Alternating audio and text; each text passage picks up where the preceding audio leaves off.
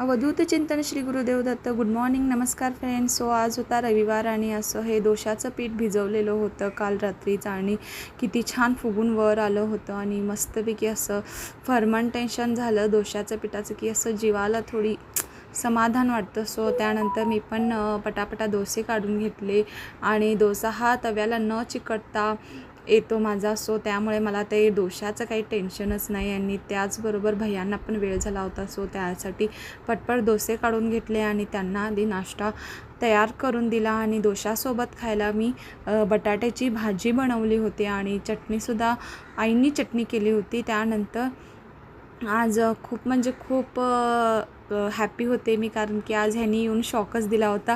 मला खोटं सांगत होते की मी 30 तारखेला येणार, पण आले होते आणि येताना हे मँगो बर्फी घेऊन आले होते. मँगो बर्फी मला प्रचंड प्रमाणात आवडते, माझी फेवरेट आहे आणि आल्या आल्या मी ही मँगो बर्फी टेस्ट करून बघितली, मला राहिलं नाही.